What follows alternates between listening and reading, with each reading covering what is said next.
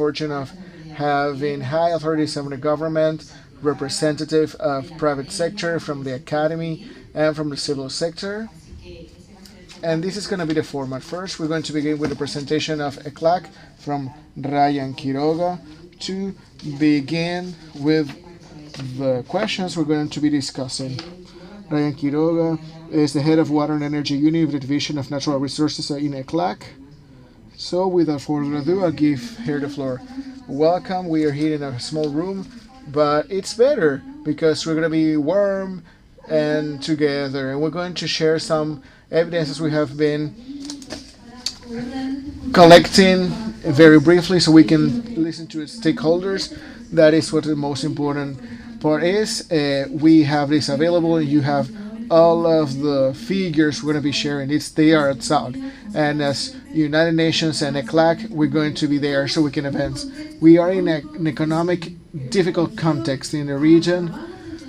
We just left this year, the second last decade from economic growth from 14 to 23. We have a small growth average, only 0.8% in the region. That is less than half of what we used to grow in the average in the 80s. Can you remember that? Some of us can remember that decade. It was called the lost decade, but actually we have restrictions at the fiscal level to do some investments, increase of poor and employment, inflation, problems with the supply chain, and all kind of geopolitical risks that show us how important energy resilience is.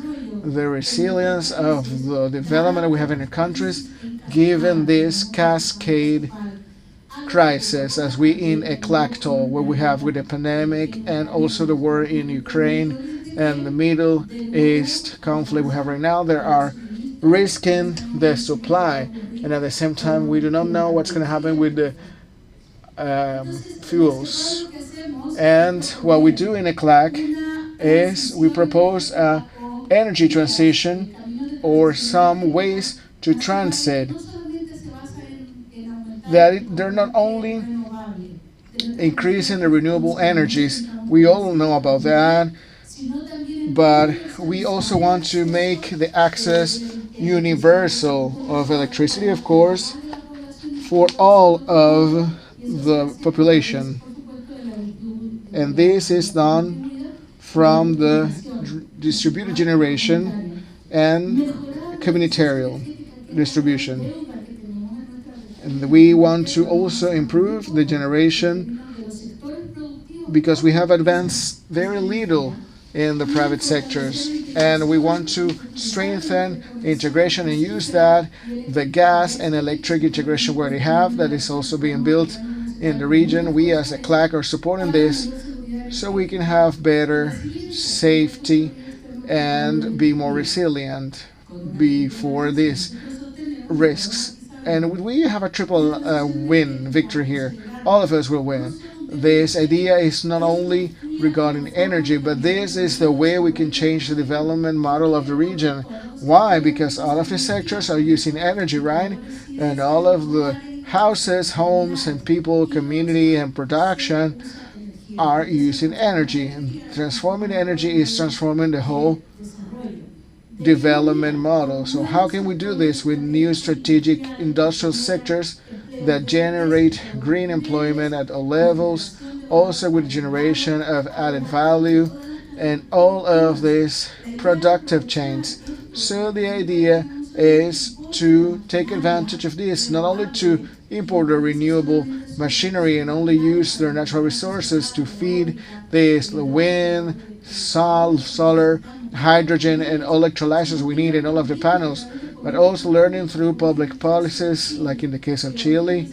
The last bit of electrolyzers were Chinese companies as well, had as a condition the transfer of knowledge in the installation of capacities at national level in a reasonable time framework to generate these electrolyzers, something that is simple. This had to be done internally, so we had the capacity of engineering, we have the critical minerals, we have the natural resources, wind, sun, geothermic, hydro, so What we want to do is, from the perspective of the economy and the society, how can we also produce everything, and how can we also foster the new model of development that has to be sustainable at regional, sustainable, social level. That is what we want to do.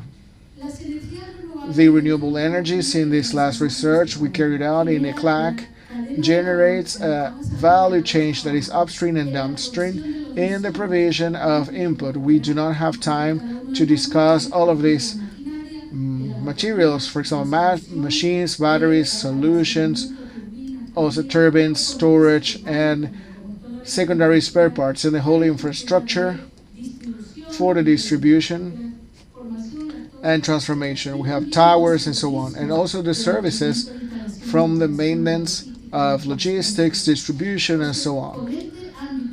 So regarding this, what we're trying to say is that we should use this acceleration and transition in all of the renewables so we can reach these goals that are generating more added value, deepening the value chains with public policies that need to come from the governments together with the private companies and the use of knowledge in the academia, and also in the social knowledge from the civil society. All of us know that the amounts of minerals that are used in the clean energy technologies are way more than what we have in the combustion cars. For example, electrical cars need 6 times more minerals, strategic minerals, than in the internal combustion, and the photovoltaic solar energy requires 8 times more. We are very rich in this region regarding minerals. So if we have a demand, we want to grow very fast on this. We are also seeing an increase in the amount of critical minerals. What's going to be the role of Latin America with the triangle of lithium? We are only going to give the raw material, or are we going to include that in the value chain? Another example are the new industries that are associated to electromobility. All of us know that one of the sectors that consumes the most, that is 38% of the final consumption of energy in Latin America and the Caribbean, is the transportation sector, and it's almost 100% based on hydrocarbons. That produces greenhouse effects and so on. The electrification, but with the renewable energies, is one of the things that's been discussed this week and previous week and possibly coming weeks. And we want to say that beginning with electromobility at public level, not the private car, but through public solutions, we can also advance, and this will generate an enormous growth of electric demand in the cities and urban places. Actually, in America and the Caribbean, we have around 5,000 electrical buses. We came to Montevideo, and the first thing we saw with our team was an electrical bus. And that is what it said. They are in many of our cities. It's 6% of the current fleet. That's very few buses, but it's more than zero. That is what we used to have 1 decade ago. In that sense, the countries that are leading in the amount of buses are Chile and Colombia, and then Mexico and Brazil, that beyond that are the centers of production of spare parts of the car industry in a region. So Chile and Mexico, we have also opportunities and installed capacity and engineering know-how to advance in the value chain of the cars and electrical cars and electrical buses, so we can also make use of this added value and all of the benefits that we have described before. When we talk about green hydrogen and its derivatives, Uruguay gave us a lesson in the new route that is updated for the green hydrogen shows a camino with the citizen participation and with the advance in this affair, in this matter, not only to use hydrogen but also derivatives, not only for the internal market but eventually also to export, generating once again economic activity and new employment. Here in this map, from Inicio Advising Company, we see here in green the countries that have more projects in operation in the region. This is in the whole region of Latin America and Caribbean. We have 23. Maybe this is not updated, but we have more than 100 green hydrogen projects that are being developed in the region with everything that that entails. And our panelists are also going to tell us about everything that relates to the change at vertical and horizontal level. Next. Finally, we can see in all of this we need investment, and more investment. A regulatory framework, of course, regulations, and a full ecosystem of signals to the private and public sector is going to be coherent and flexible with what we want to foster. But basically, investment is not enough. If you see the world announcements and ads regarding green investments, Latin America only has 3%. And this is an investment ads. But if we see the following here, Latin America in the graph and at the right, last year, because of the boom of the prices of hydrocarbons, investments were announced that were more focused on non-renewable and not in renewables. This is exactly how it used to be, where non-renewables were higher in the absolute level compared to the renewables. And compared to the world, what we can see at the left, where we can see that at global level, the investments in renewable energies has increased last year in the same time. At the same time, Latin America. In Latin America, we changed the trend. And this is the last one. So if energy transition is a process of transformation that is sustainable for the system with a new ecosystem of governance, you know that the signs of price by themselves are not enough. The level prices of wind and solar energy are cheaper in the production in average compared to coal or oil or gas. That depends on the country, of course. So these prices are not the only thing. We also need to mobilize, and we have this framework. So we have a real ecosystem that can stimulate that more, because the investment, as I said, it's not enough. There is investment, of course. Nowadays we're carrying out a research towards that, but not to reach the whole demand for the sectors we have for example, the great demand plus electromobility, and also the electrification of some industrial sectors of easy access. How much do we need to invest? ECLAC, through the research, has estimated that if we invest an amount of 1.3% of the GDP of the whole region, some countries need a little bit more, some countries need a little bit less, depending on the level that we have here. For example, we have a lot of renewable energies implemented, so maybe we need less, but in 10 years we had 80% of renewable electric generation. That is what our model shows. And with non-renewable, that is non-hydrocarbon, has 40%. With more integration, it's cheaper with the scale energies, and compared to the ones that have in our interconnection, we have generation that is almost universal for all of the population, and we also have 7 million work positions, reducing carbon emissions by 31%. This is what the research has shown so far, and as I said, this is an average that cannot be applied in any country. This is just something to see the effort that we need to make. But we are not investing, not even near that. So the consequences at social level, environmental level as well, of not accelerating a transition will continue in this trend unless we have radical changes in the way we are investing. And that also means private and public sector, communities, and not only government. All together, we need to work together so we can advance on this matter. Next. Thank you for your attention. All our documents are online. Marina, you have the floor once again. Thank you very much, Rayen. Now we will give the floor to the panel of discussion and dialogue with multiple stakeholders. It's going to be multi. We have Rafael Provera, who's going to be leading this panel. He's going to be the moderator, and I'm going to call all of the panelists. Rafael Provera is the Senior Advisor for the Water and Energy Unit of the Division of Natural Resources in ECLAC.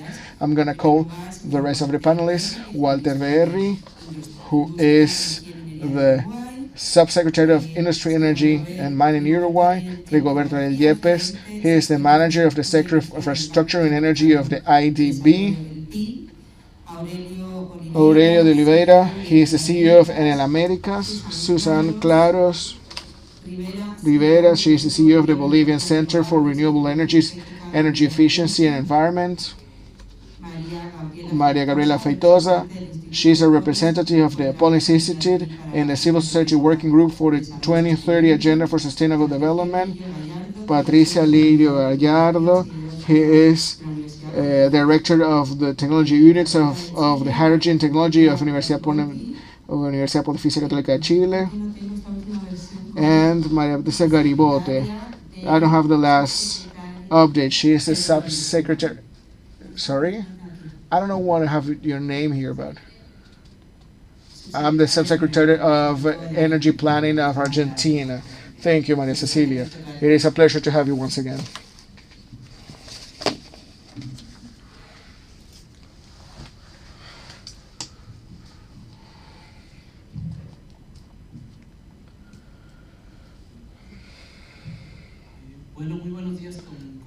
Good morning.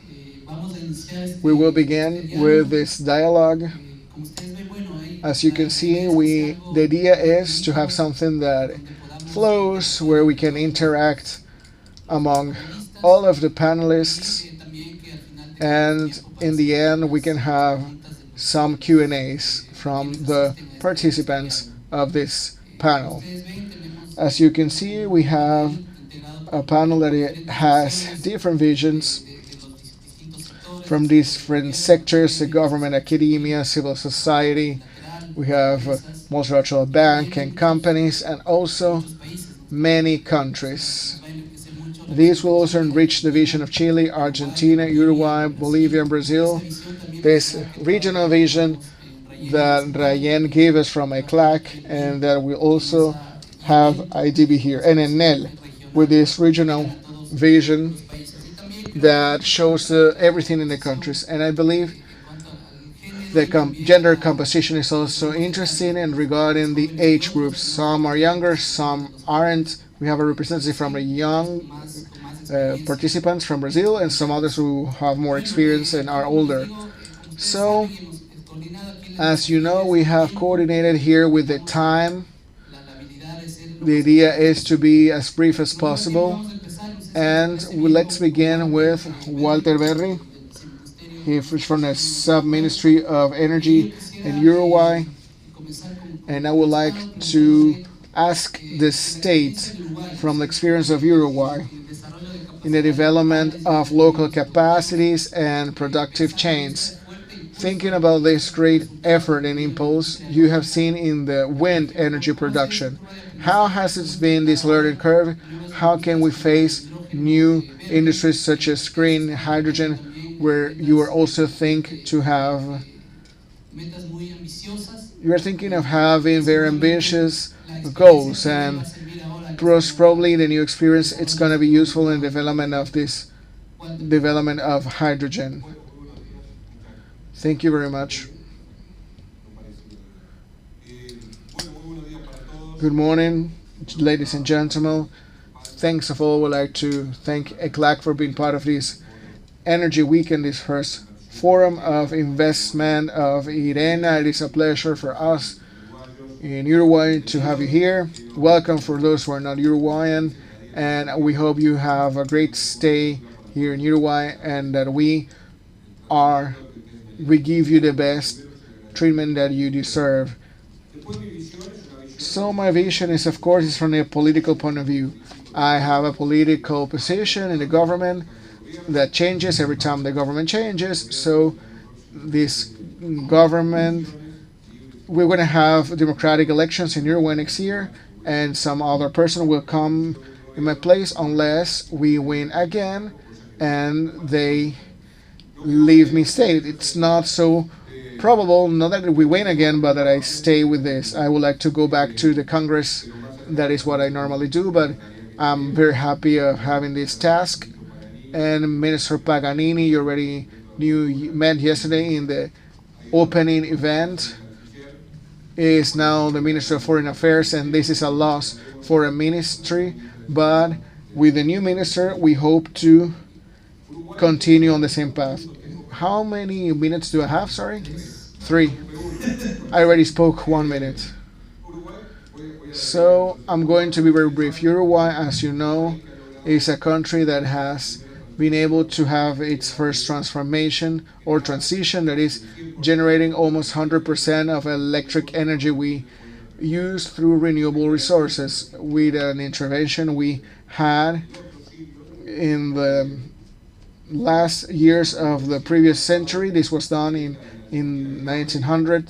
The 20th century, Uruguay has around 44% of its energy mix is done through from water energy and some renewable energies that also came through an agreement and regulations and laws that came to the needs. Because of the needs, we went to that actually. And we started to demonopolize what was in hands of the public energy regarding generation of energy.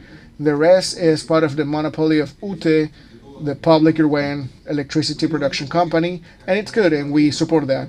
But generation was part of that, and from this legal framework in 1997,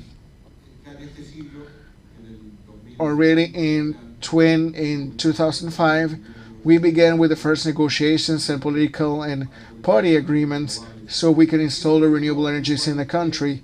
And Uruguay has now 35% of its generation through wind energy, and that was the question that I was asked.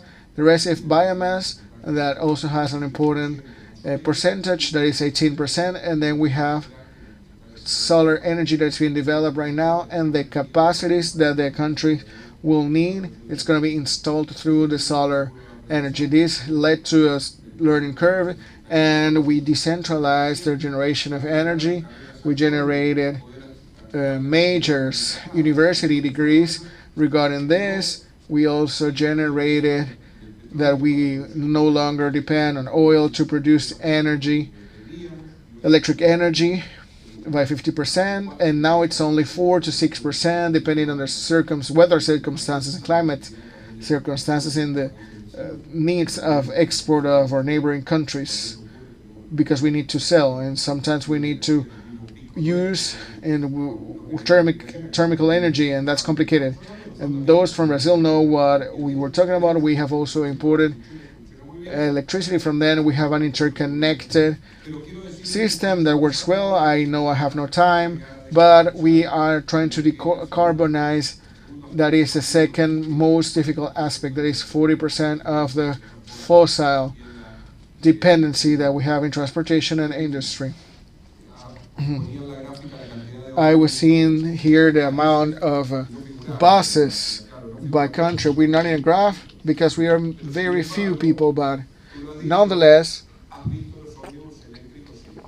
you have seen the buses in the city. There are few, but in percentage we are advancing. We need to do that faster, yes. We have seen some lack of regulations, and we changed trust that was focused to subsidizing the gas oil, and we're going to change that into a trust for the renovation of fleet. They're going to be electrical, so it's going to have more dynamic point of view. We have around 1,000 buses in Montevideo, and they're advancing towards an objective of 2035, and the goal is to have the 100% of the fleet only electrical. And this is part of the challenges of electric mobility. And the other thing is the development of green hydrogen to decarbonize everything regarding industry and everything. And we'll speak about this in the next question because I don't have time to do so. Let's continue with the vision of the state. We're going to ask Cecilia to tell us about the experience, because we were in a presentation of gender and we saw there was a presence of UTE in Mexico, CFE, that is the state companies for energy in America that are very important and relevant. In Argentina, you also have great experience regarding this, right? And you're working very hard to do so. So I would like to ask you how you see the role of the state companies in the development of local capacities and local chains, also thinking about the fact that Argentina has this industrial vocation, adding value. So what is the role, from your point of view, the role of the state companies? That's complicated for 3 minutes, but let's try to do that. Let's see what we can do. We have a very entrepreneur-oriented state regarding the modification of our energy mix, and also part of how we apply these policies is through the state companies. They really work in many times, in often times, and sometimes the private company do not work. For example, we incorporated the oil, the gas pipe called Kirchner. We have a policy of energy transition in the state, and we have a rule that is fundamental. Regarding this, how we're seeing this, we're also generating, as Walter said, the development of programs, degrees, that is trying to identify, for example, companies such as Enal, IPF.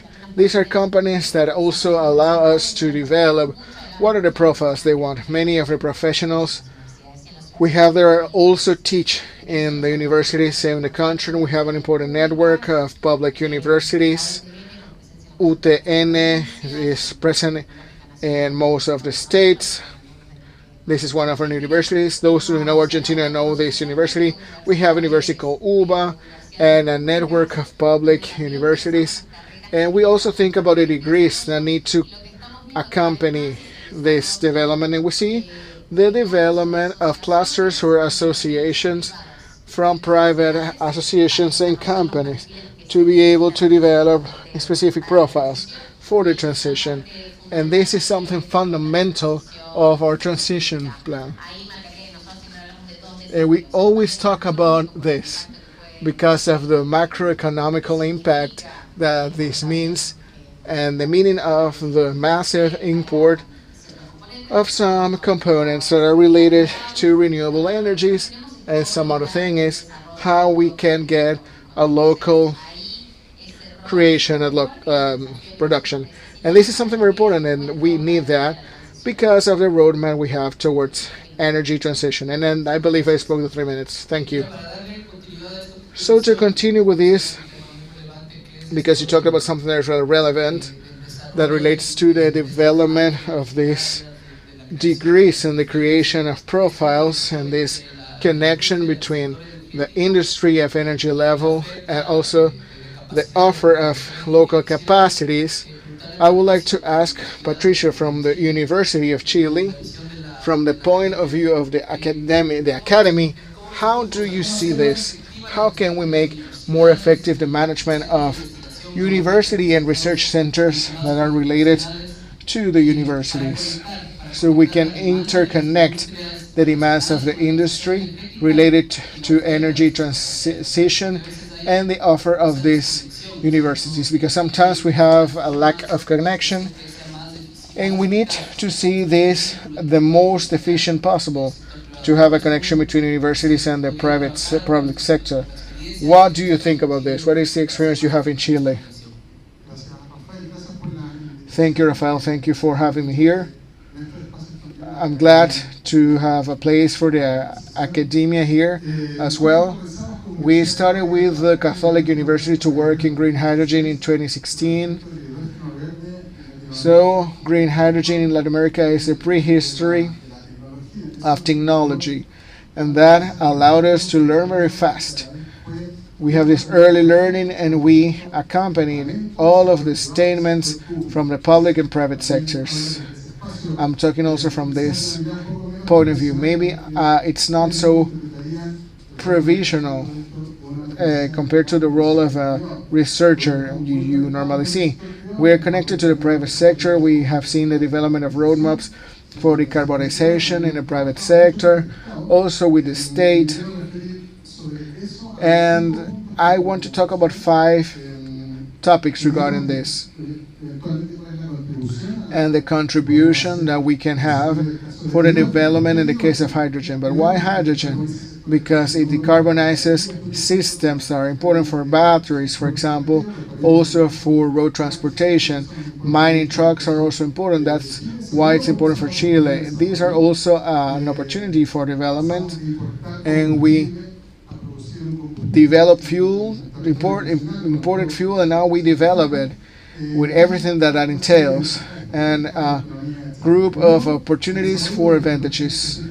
The development and national strategy that has a follow-up and a continuity. Number 2, that this national strategy might not be the same as co-productive funds from the USA and the European Union, but not specifically that is what everything is being searched for, not only from the state. What are the social signs, political signs that we can see? This is very strong and it's important. We foster also local projects. I like the space of this session related to political discussions. In Chile, we are discussing everything regarding hydrogen as a development center, as type of decarbonization. And we have a lack of balance because the bigger projects that are being developed and are being created, some part of them are so big as big as a South American country. These grids are enormous, and the society needs to see the size of it. We cannot have a lack of balance with the volume of the projects, with the real tangible perception of the impact of the technology. First, decarbonize locally, and we have a challenge with this. And then, where are the environmental liabilities? In the case of Chile, we have been working with this dynamic for long years already. And just to close the role of the university, we have discussed everything regarding Chile in the southern part, in the northern part of Chile. We have solar energy in the north, wind energy in the south. The idea is to have the follow-up of these projects that only work with hydrogen in scale economy. The idea is to lower down the average cost of hydrogen, and I can only do this if the project is big. And this creates a group of environmental liabilities that the society needs to understand. And that is what I want to say. And the role of the private sector and the university and the state is important to create all of this and to have an acknowledgement of the technology and that we need to take care of it. Thank you, Luis.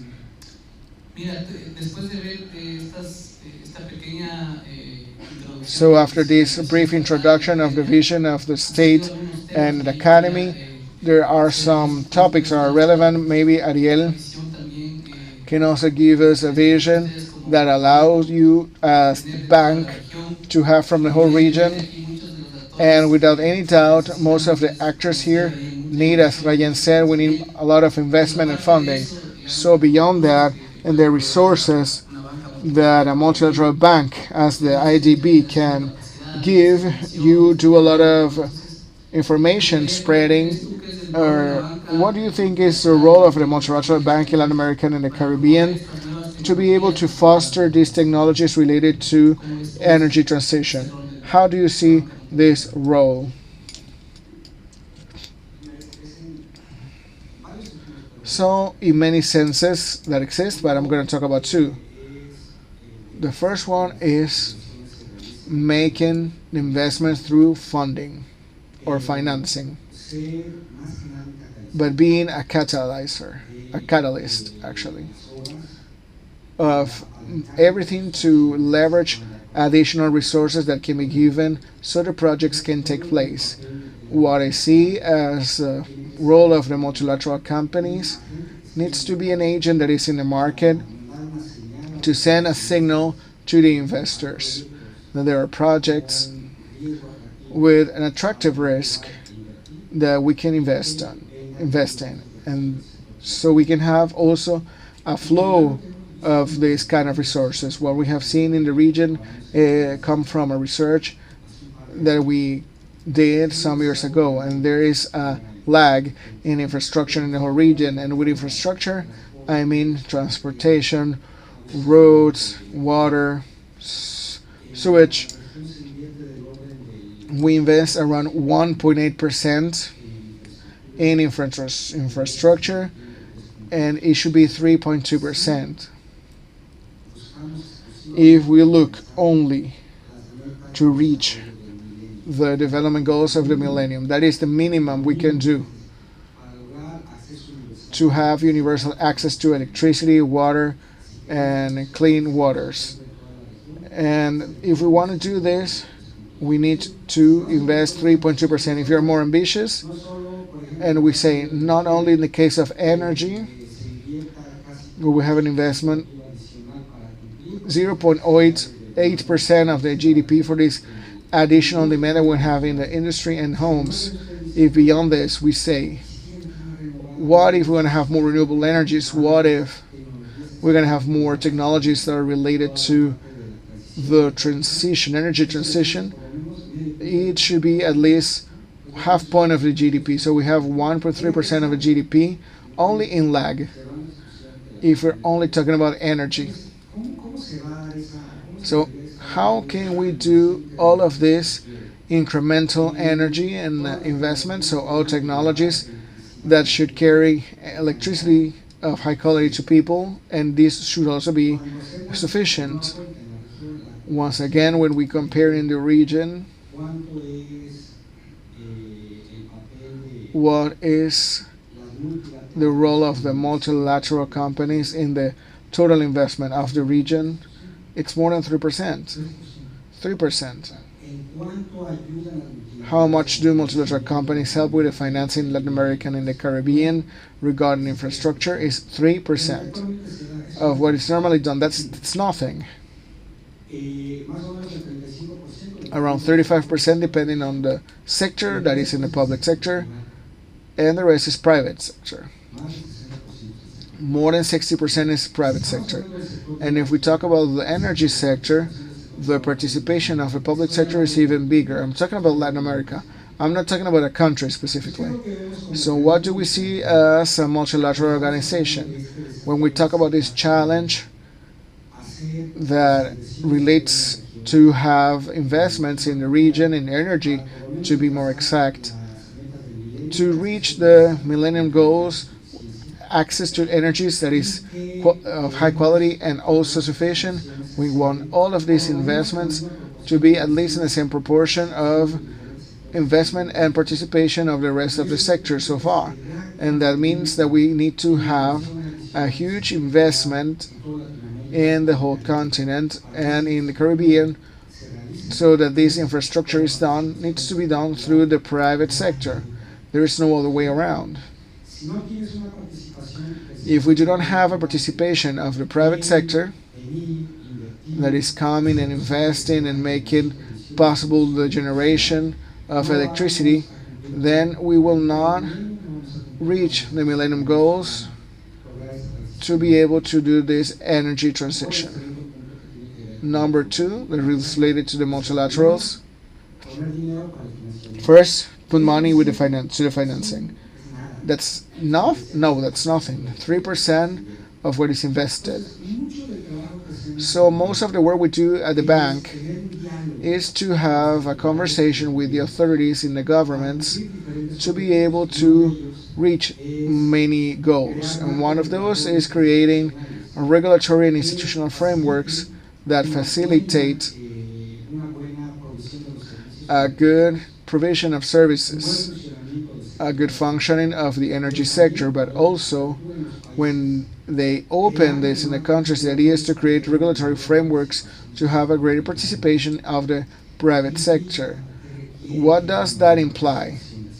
That is, more participation of the private sector. Many things.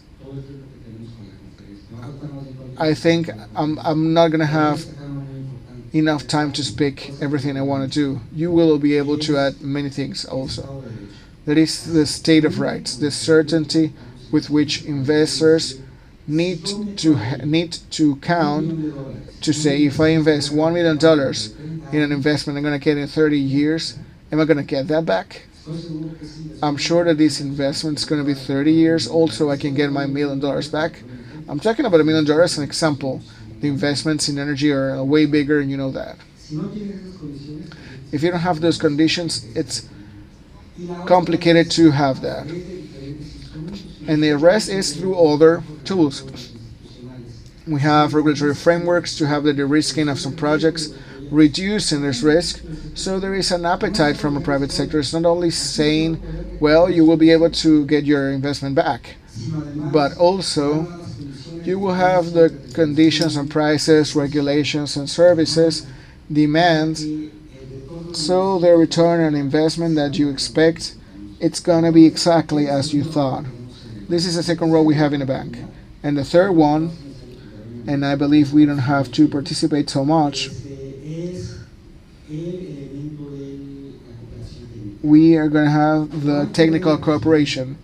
The bank is in the region of only an investment of $8 million of technical cooperation. What is this? These are resources that go to the countries to do research and preparation of projects.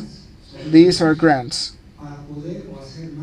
So we can create more regulatory frameworks to develop projects to be able to do the de-risking of the whole project. These are many resources, but at the same time they are unlimited for all of the needs of the industry.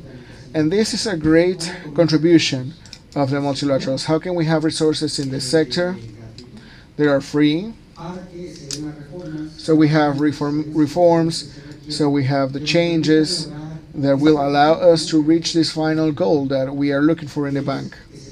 That is, to have electric energy, general energy that is sustainable, that is accessible in proper prices, and that is inclusive.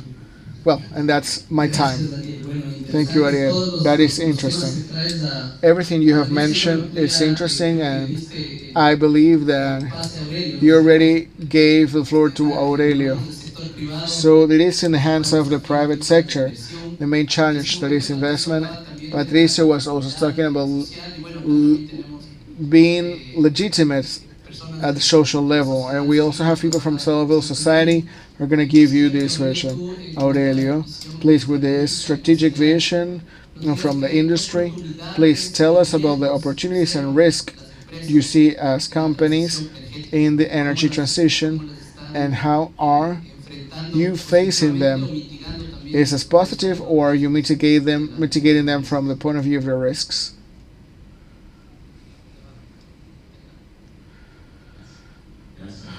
Thank you, Rafael. Thank you for the invitation.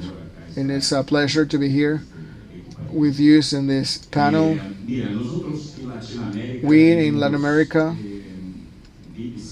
have 25 million clients, points of connections and distribution.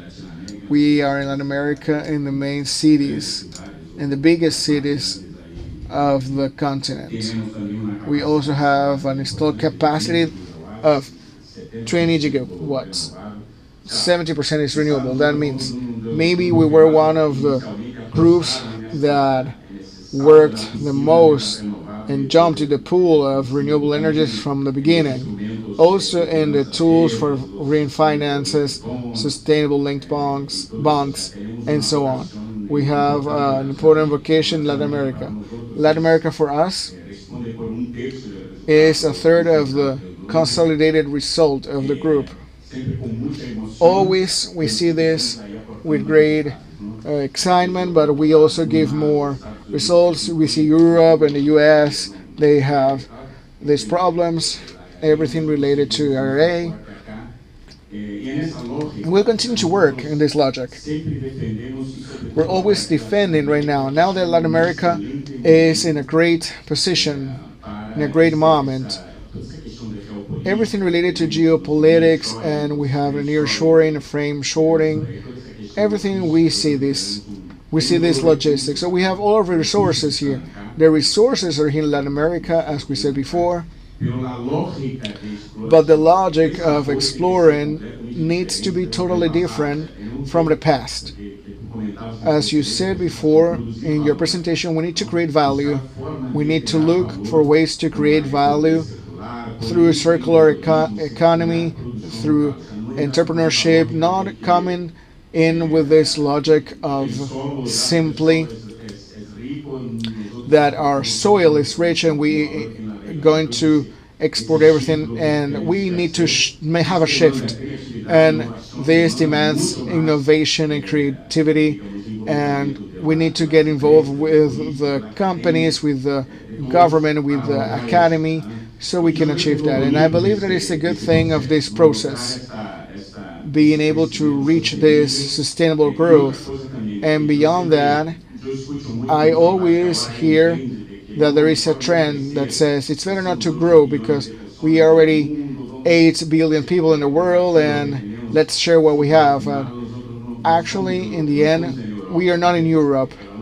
So the only way I see that is to grow, but sustainable. To have sustainable growth.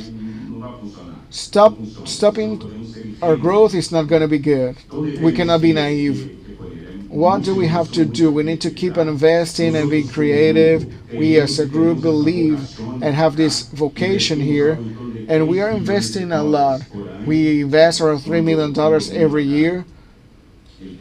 When I see here the region and the countries that are present today, half of that goes to the modernization of infrastructure for energy distribution. We need to keep on improving that, of course, and half of that money goes to the growth of renewable energy. That's not easy today because we have a high investment rate. We have El Nino, and that makes the value drop, and we need to keep on working a lot. We need to be more proactive. We are in a sector that 50 years ago wasn't doing anything and everything was flowing. Nowadays it's not like that anymore.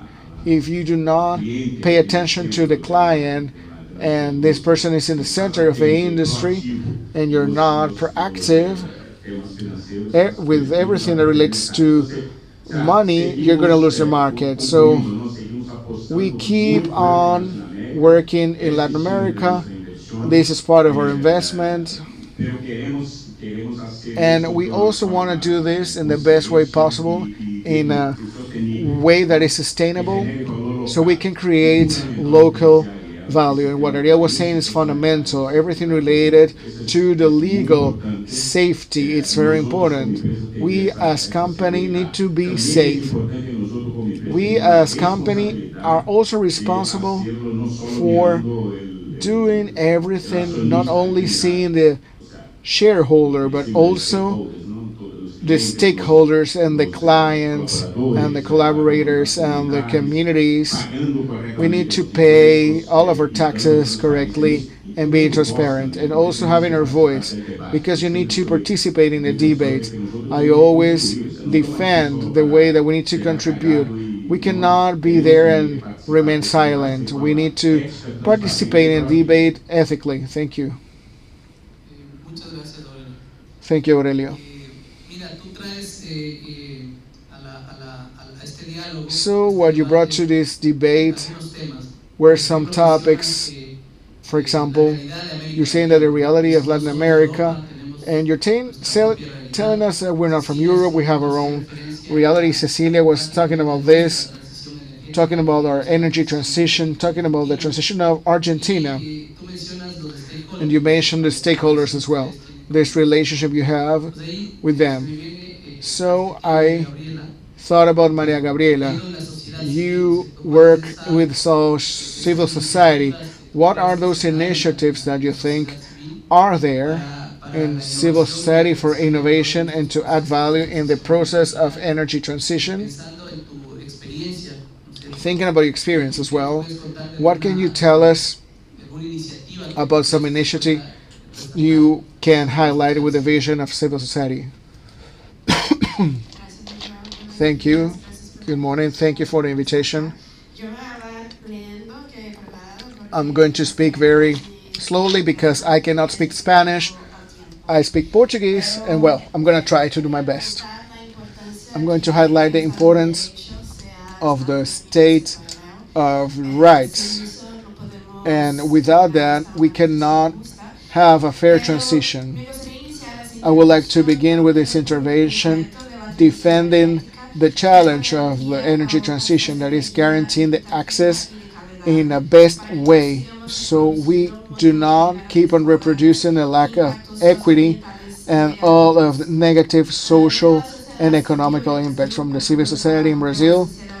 Our working group for the 2030 agenda, we monitor the implementation of the SDGs in Brazil.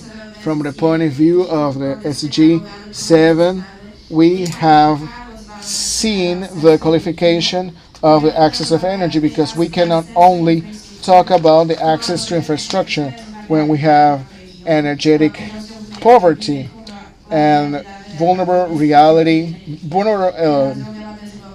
people do not have energy sometimes at home, and we have a lack of quality.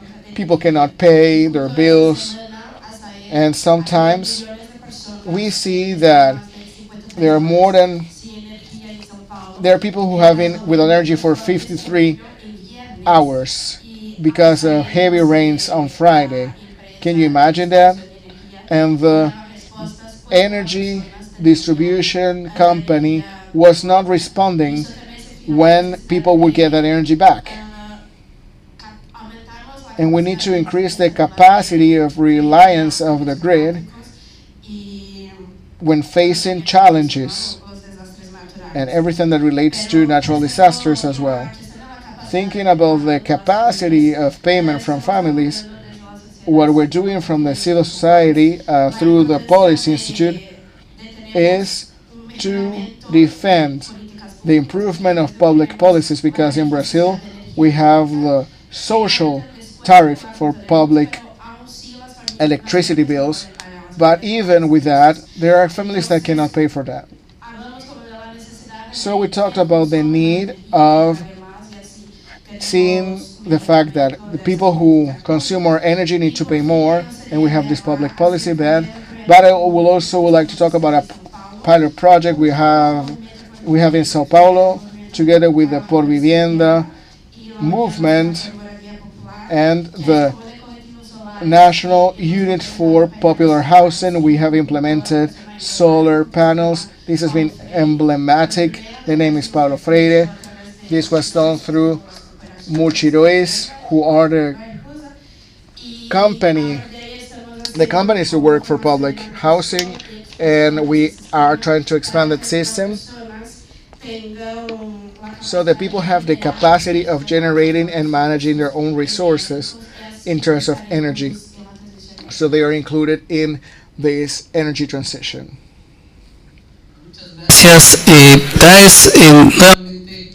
Thank you once again. Susan, could you please also add something to this? Because sometimes energy transition from this point of view is very much focused on infrastructure. Topics that are very important and relevant, such as regulation and so on. But in the end, I believe that energy transition is looking for the well-being of the citizens, the transformation of the life standards. So could you please reflect about the expectations you have at economical, social point of view that you can see in civil society regarding energy transition? How is it being understood from civil society, and in which measure are these being reached? As Maria Gabriela said, there are many important topics regarding quality, access, costs for the citizens. so they can have access to these reduced tariffs. And now we have an economy that is more dependent on electricity. How do you see this from the civil society? Good morning. At the same time, I would like to thank you for the invitation. I'm going to talk from the perspective of Bolivia. And the answer to this is an analysis we have been working on this year. We have identified something that's very critical for us. And we have called this a gap in electricity or energetic education. And we believe this is critical. It's critical that most of society doesn't understand the concept of what this is. This is so basic for us. That is energy transition. The expectations are not clear at all for society. People who are right now, who know right now and are involved in the energy sector are the ones who have been focusing on technology, being able to change their management of energy resources. For example, being able to choose if they have distributed generation. But when they get to know about the cost of getting involved with the technology, they just step backwards because it's very costly. So the society wants to be part of the transition. Those who know about the energy sectors, but they're not motivated at all because the regulatory framework is not enough and the access to finances for the population is non-existent. Beyond that, if we talk about the biggest consumers, we are talking about the cities, the rural, the urban areas, and it has impacted to see this educational gap that is greater in the cities.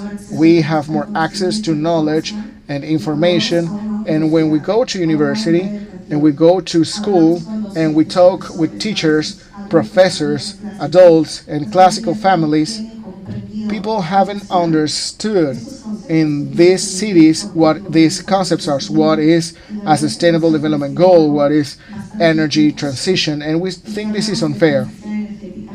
And when we talk about fair energy transition, we believe that this educational gap, mostly in cities, is unfair, as I said before.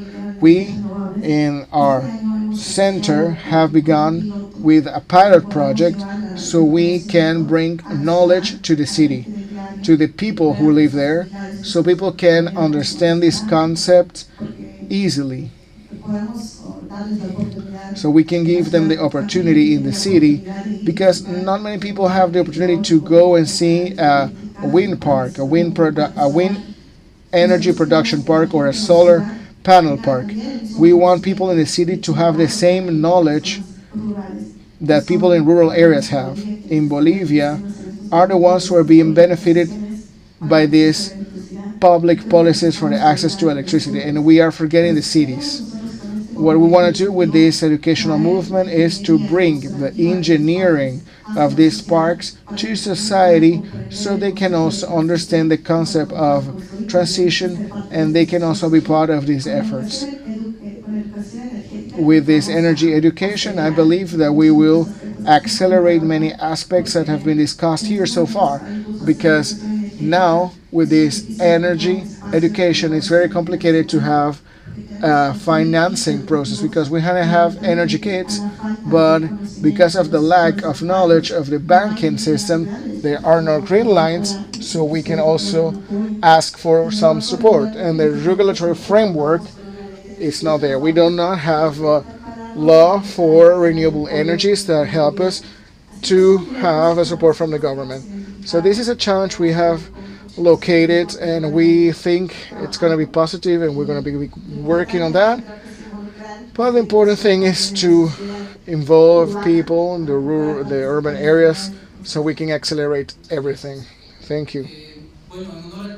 So because of time, I'm going to ask you to do a very brief Q&A, 1 minute only, so we can have this our second round of them. And also connecting what Maria Gabriela and Susan were telling us. I'm gonna make 2 questions, and Walter can help us further. So we have prices and accesses, and this is related to the capacity purchase capacity of the citizens. This is also related to subsidies in many countries. I don't know if Cecilia can help us, or what we had with the gap, educational gap, what we're seeing from the state. How we're seeing this perception, this closeness of society with the transition. How can we bring this transition closer to the citizens? Well, I'm going to have the first question that is not only related to prices, but this also relates to the legal framework that we have been discussing so far, and how we think about our development in the future. There is something we haven't talked about. All of us know, but maybe we need to remember that. We as a region have an energy mix that is cleaner compared to other regions.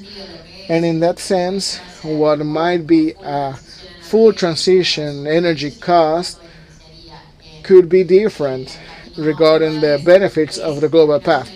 This is marginal, but it's not the same as the effort in other countries. One of the things we think about when we think about this, how much of this ends up being for the final consumer. This is fundamental. Nowadays, there is a consensus saying that the gas is not something permanent, but stop using some resources we have access to and go into some resources that might be more costly, might also have an impact on the final user. And that is the way this impacts the most. That is there, and this is related to the framework that is established. We need to remember that for the development of some energies in the region, the cost of the capital that needs to be done is very much impacted by the story of some markets. And they end up being more costly than in some other places. And we need to ask ourselves what we should do. For example, if we have countries with more complicated socioeconomic conditions, in some cases, they're going to face a cost of energy that's going to be higher from private energies that are going to price the cost of the capital in a way that might be reasonable from the point of view of some companies, but that ends up being part of the most vulnerable sectors. In different sectors, we have seen this so far, and the good thing is that we should keep on working on that to see the role of financing of developed countries in everything that relates to the energy transition as well. It can also happen that in some countries and different banks in more developed countries have a very competitive rate from the companies, and once they come to the countries, then they have a more complicated situation. This is something that is very important to talk about. That is the legal framework of stability, taking into consideration this game, so to say. We have a cleaner energy mix, and we are working with the rest of the world. We've been in service to the rest of the world, and we shouldn't affect the rest of the population we have. I believe that would be important to keep on working in the future. Thank you, Cecilia. Sorry about the lack of time, but Walter? So very briefly, we will try to summarize the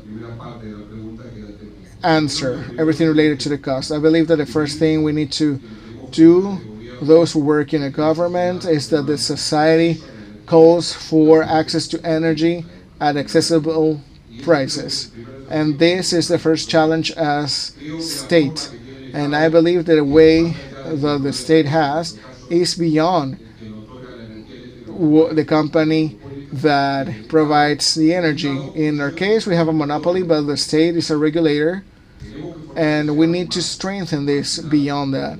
This capacity of monitoring the process of generation of electricity so it's more accessible to people, and we need to strengthen the regulators. We give special importance to the regulating processes that are independent when they go and defend the users. That is what we should protect. In Uruguay, we do not have any gap. 100% of the population has access to electrical energy. There can be someone that says, okay, 800 homes are not included, but okay, that could be, but we are trying to include them. It's difficult to reach 100, but we are close to 100%. What we have also done is not putting the whole cost to those who cannot pay and establishing differentiated subsidized rates. And this is one of the policies that are necessary to be able to close and bridge these gaps. Those who cannot pay the full price of citizens with another level of income, they're subsidized through social measures that make more objective make the system more objective. So in some way we need to comply with what we need to do as state, that is giving the population energy. And the last thing is that we need to understand that even if renewable energies are expensive, they create our energetic independence. And Europe has learned from this, has learned from the importance of being able to create our own energies. The cheaper we produce them, the better it's going to be. But the high importance of the topic is that we are independent, energetically speaking, when we produce our own energy. And Latin America has a great challenge here. And bank has also great importance there, and we would see a different topic, that is access to financing to be able to have this renewable energy that we need in Latin America. Thank you. Thank you, Walter. Aurelio, I don't know if you can give us a vision from the business point of view, everything related to access and tariffs and these educational gaps. That is a challenge, an important challenge, because finally society is going to pay the system they want to have. We need to reach a consensus. What do we want? We're going to have underground cables, or what do we want? That's going to change the tariffs. So we need to reach that consensus. There are people and planners who think about this, the companies, the governments, the governors, and society need to be there in the discussion. The idea is to do so. Nowadays in Latin America, we have an average hours of problems. In Europe, they have minutes of blackout, so to say. We have theft of energy that is very high, commercial theft.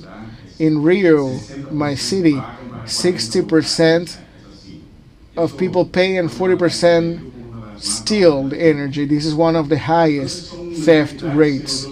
And these are realities that we need to face together and trying to look for new joint solutions. Always trying to look for the well-being of the client, connecting the client and giving energy to the client, but with clear rules. These are the rules, and this is the system we want. That is what we think, and we proactively are trying to be part of the solution. We have a lot to learn as company, but this is an effort we make. Patricio, can you talk a little bit about? Can you talk more about that, please? This legitimacy of the transition from the point of view of the academy. What has been the experience in Chile, or how do you see the position of the academy to reach this legitimacy of the energy transition to people? I believe that universities play an important role when we focus on the role that we want to have as society in this transition. Something that is important to say regarding the challenge we have is that it's always important to remember.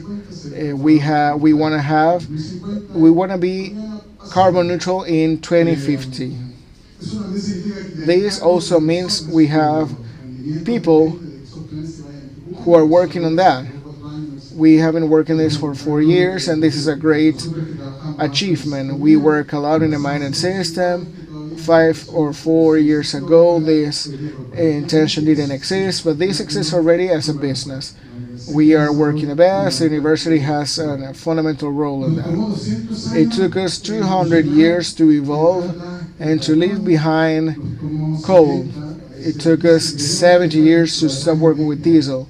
And we want to stop using carbon in these 20 years. And we have solved the easiest part with the electron. With due respect, Aurelio, electron is easy. The other half is the molecule that is in the internal combustion engine, and we do not have good implementation alternatives right now. We have trucks that are using lithium batteries that are there, and we shouldn't use them. We should use hydrogen. This is the size of the challenge, and we need to know what would be the role that we want to have in this transition, in this race. And I want to say something practical regarding the university. This is related to the permits.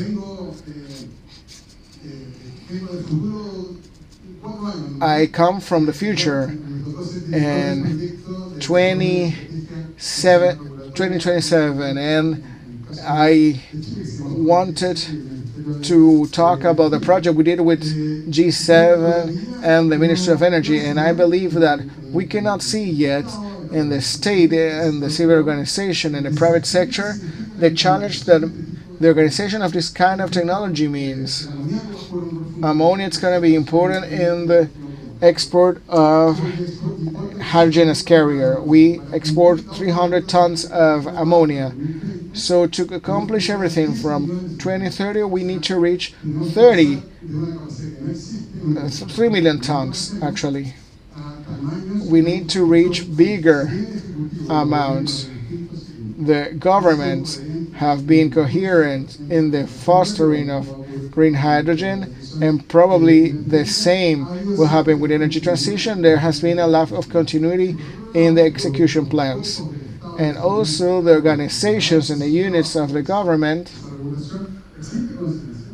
have an awareness, but I think there hasn't been any good connection regarding the importance of the meaning.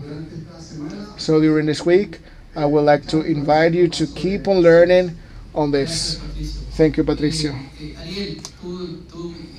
Ariel, you said that you spoke a lot, but we're going to give you a last chance. Getting deeper into this technical cooperation, and we have the countries as well. Could you describe some experiences, some suggestions, a vision on how this all operates?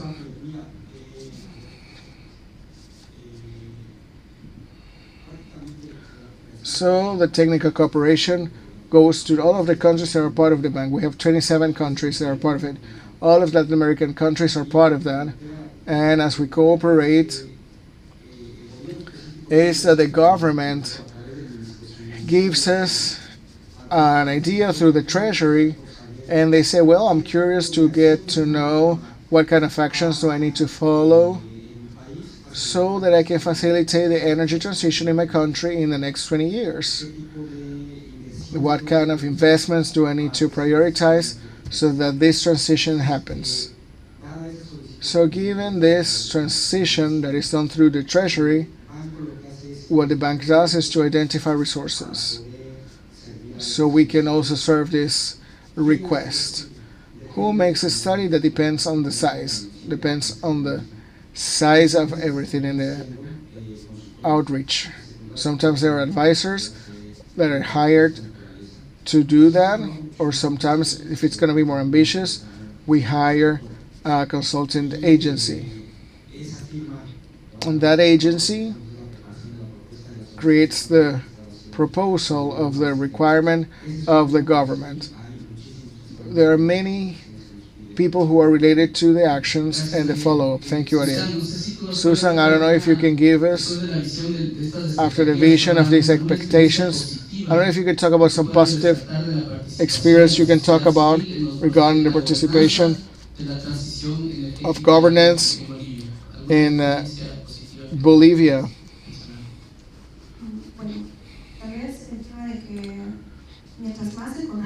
The more we know about the topic, there is more involvement of organizations.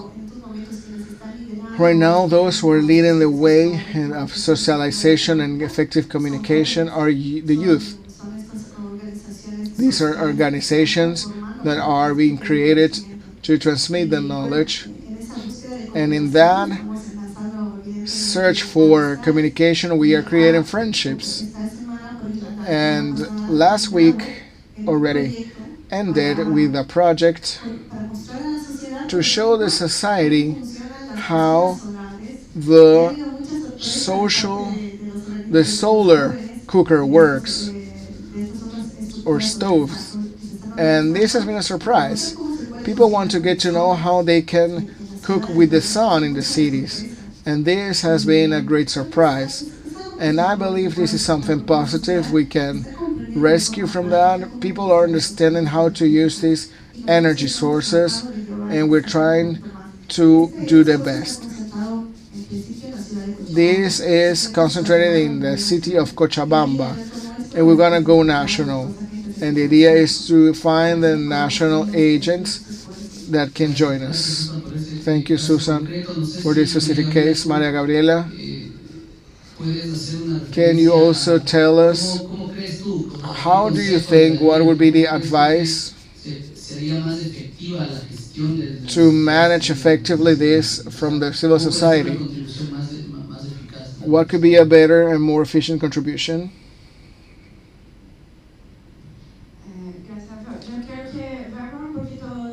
I'm going to talk about the importance of data, because I believe that through them we can make responsible for the decision making. We'll see these public policies and actions. So they are responsible for everything they do, and maybe since the data, if the data is transparent to the civil societies and the NGOs, this could be helpful. Or maybe this could be a process of being there and doing research. And also, I would like to talk about the importance of involving. We have this example here in the panel. The idea of having different representation of gender, race, and age, but we haven't talked about the decision making of this with this diverse population. With climate change, we have a clear example. Everything we have talked about what's going on in Sao Paulo, and we need to have people that come from different territories and are diverse so we can reach that point. Thank you.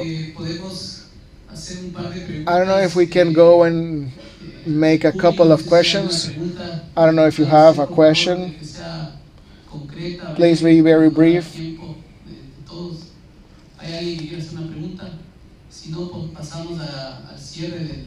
If not, we will then close with Rayen. I see you're already hungry. You want to go to lunch. Rayen, please. We would like to talk and thank our moderator. And we're going to talk about the content. We are going to share everything.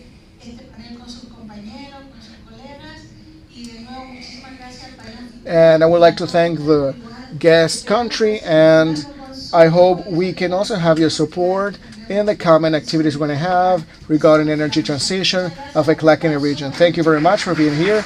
A round of applause for our speakers.